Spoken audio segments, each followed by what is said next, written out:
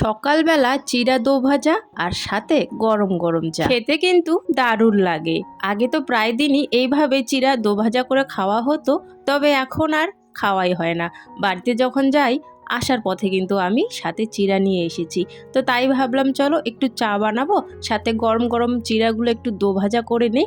আর এখানে কিন্তু একটু চানাচুর দেবো, লবণ তেল দিয়ে ভালো করে মেখে চা দিয়ে বসে বসে খাবো। তো শুভ সকাল আমার প্রিয় বন্ধুরা, কোচবিহার জেলা থেকে আমি কৃষ্ণা, আমার ব্লগ চ্যানেলে তোমাদেরকে অনেক অনেক স্বাগত আর আমার অনেক অনেক ভালোবাসা। জলটা গরম হয়ে গেছে, চাটা এখনও বানাইনি, চাটা বানাবো। তার আগে একটু গরম জল গিলাসে নিয়ে নিলাম। চা খাওয়ার আগে একটু উষ্ণ গরম জল খেয়ে নিলাম, আর এইদিকে চাটা আমি বসিয়ে দিয়েছি। চাটা হলেই ওই চিড়ার সাথে একটু খেয়ে নেবো সকালবেলা।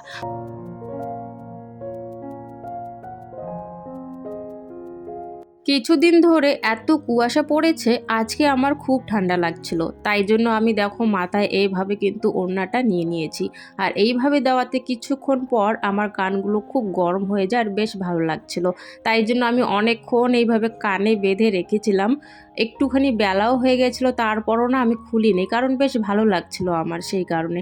আর এমনিতে আমি কিন্তু এইসব কানে কোনো কিছু দেই না, তবে যেদিন আমার খুব ঠান্ডা লাগে সেদিন দিই, আর একবার যদি দেই তারপর আর এটা আমি খুলতেই যাই না। প্রীতিকে দিয়েছিলাম 10 টাকা দোকান থেকে একটু চানাচুর আনার জন্য, তো দেখো প্রীতি চানাচুর নিয়ে এসেছে, আর চানাচুরগুলোর মধ্যে খুব বাদাম ছিল, আর আমার দেখে ভীষণই ভালো লাগছিল। বাদামের পরিমাণটা চানাচুরটার মধ্যে দেখে আমি বেশি ছিল। আমার কিন্তু চা খাওয়ার জন্য রেডি হয়ে গেছে সমস্ত কিছু, তবে এখনও কিন্তু কেউ ঘুম থেকে ওঠেনি, তাই ভাবলাম আমি একাই বসে বসে খেয়ে ফেলি, যখন ওরা উঠবে তখন গরম করে ওদেরকে দিয়ে দেবো।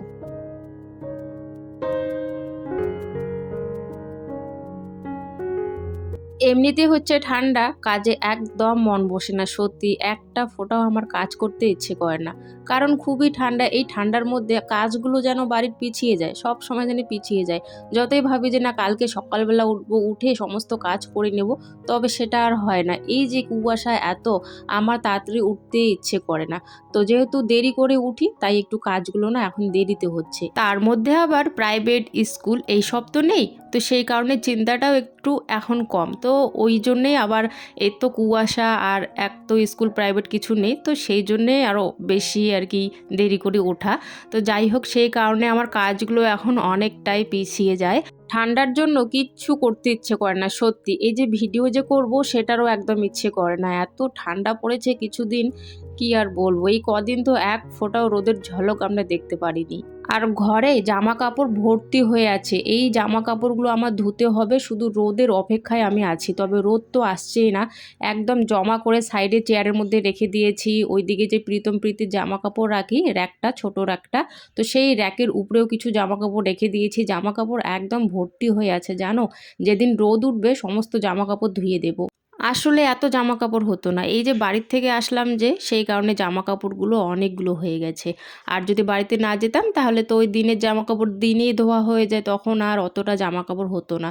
কিন্তু আর কিছু করার নেই, এক ভর্তি জামা কাপড় যে নিয়ে এসেছি ওখানে পরে, সেগুলো তো ধুতেই হবে, সেই কারণে বাইরে রেখে দিয়েছি সমস্ত জামা কাপড় ব্যাগের থেকে বের করে, আর ব্যাগটা আমি জায়গা মতো রেখে দিয়েছি।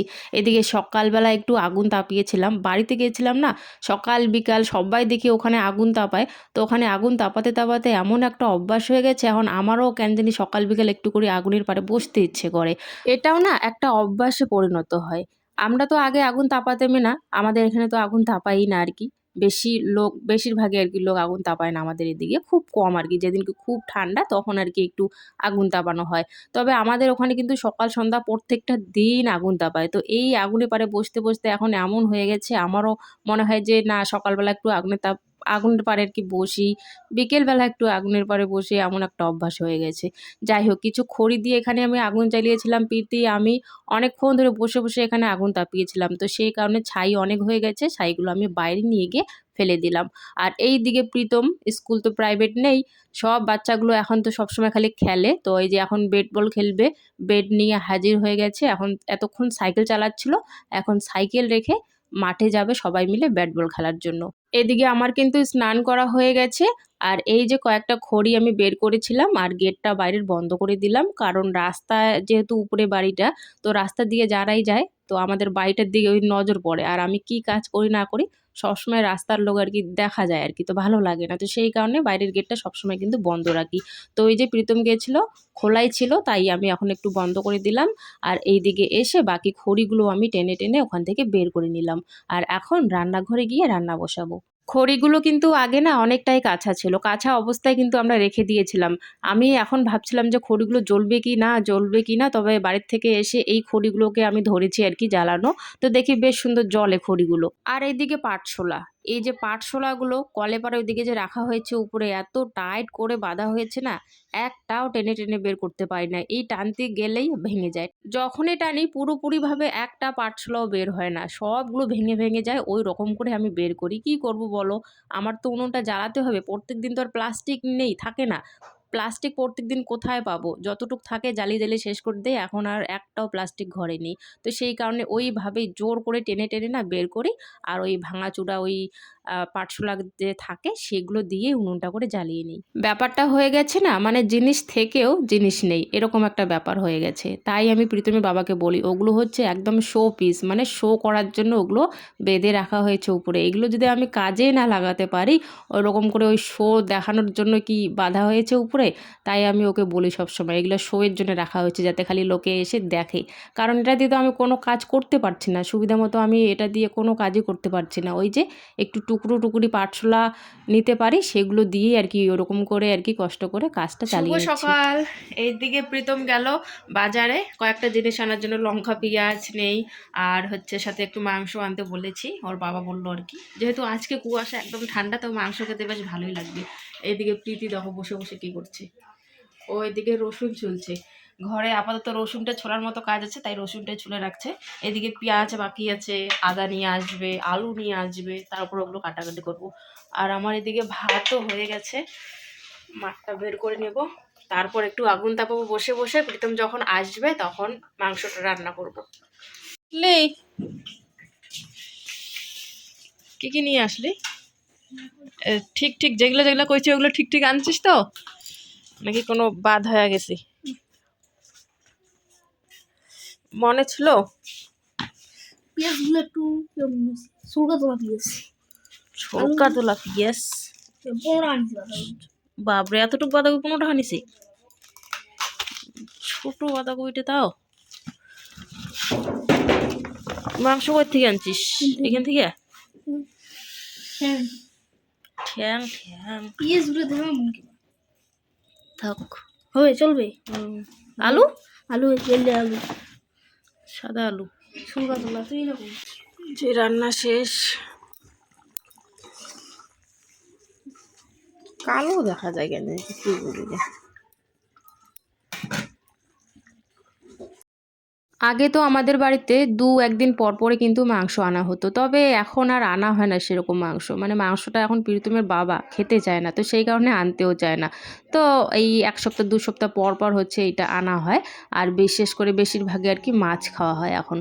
তবে কিছুদিন গেলেই প্রীতম প্রীতি বলতে থাকে মাংস আনো মাংস আনো, মাংস খাবো। ওদের আর কি কয়েকদিন পর পরই লাগে। তো যাই হোক, এখন আর কি খাওয়াটা একটু মানে ব্রয়লার মাংস যেটা বলে আর কি, সেটা একটু খাওয়াটা কমিয়ে দিয়েছে প্রীতমের বাবা, তো সেই কারণে একটু আর কি আনতে চায় না। আর আমাদের বাড়িতে কিন্তু মাংস হলে আর কোনো কিছুই লাগে না, তো সেই কারণে যেদিন আমি মাংস রান্না করি, বেশি তরকারিপাতি আমি কিছু রান্না করি না। ওই একটা ভাজা বা ঘন্ট এরকম একটা কিছু রান্না করি, আর সাথে মাংসটা হলেই কিন্তু হয়ে যায়। কারণ মাংস রান্না করলে কোনো কিছু তরকারি আর কেউ নিতে চায় না। বিশেষ করে ডালটা যদি আমি রান্না করি, পুরো ডাল কেউ খাবে না, আমার গামলার ডাল পড়েই থাকবে। তো সেই কারণে আর কি মাংস রান্না করলে কিছু রান্না করি না, একটা ভাজা বা লাবড়া হলেই আর কি হয়ে যায়। তো ওটাই করেছি আজকেও। যাই হোক, খাওয়া দাওয়া হয়ে গেছে। এদিকে ওদের খেলা ওরা শুরু করে দিয়েছে। আমি জামা কাপড় ধুয়ে দিয়েছি কিছু, তবে শুকোয়নি। এই যে বললাম কিছুদিন ধরে এক ফোঁটাও রোদ নেই, তারপরও আমি কিছু জামা কাপড় ধুয়ে দিয়েছি, কারণ অনেক জামা কাপড় জমে গেছে। তো কিছু কিছু করে তো ধুতে হবে, একসাথে তো আর ধোয়া যাবে না। তো সেই কারণে আর এখন বিকেল হওয়ার দিকে জামা কাপড়গুলো এমনিতেও শুকোবে না, সেই কারণে বাড়িতে নিয়ে আসলাম। আর এই যে তার তো পাতায় আছে আমাদের রশি দিয়ে, সেখানেই মেলে দিচ্ছি।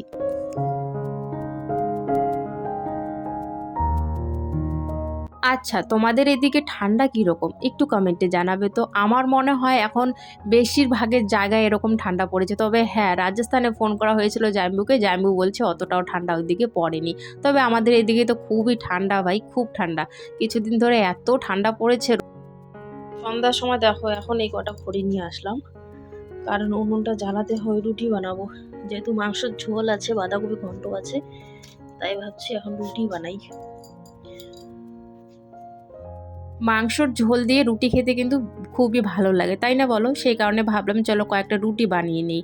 তো বন্ধুরা, আজকের ভিডিওটা আমি এখানে শেষ করছি। তোমাদের সাথে দেখা হচ্ছে আগামীকাল নতুন দিনে নতুন একটা ভিডিওর সাথে। সবাই ভালো থেকো, সুস্থ থেকো। আর যারা এখন আমার ভিডিও দেখছো তারা একটা সুন্দর করে কমেন্ট করে দিও, আর যদি ভিডিওটা ভালো লাগে ভিডিওটাতে একটা লাইক করে দিও।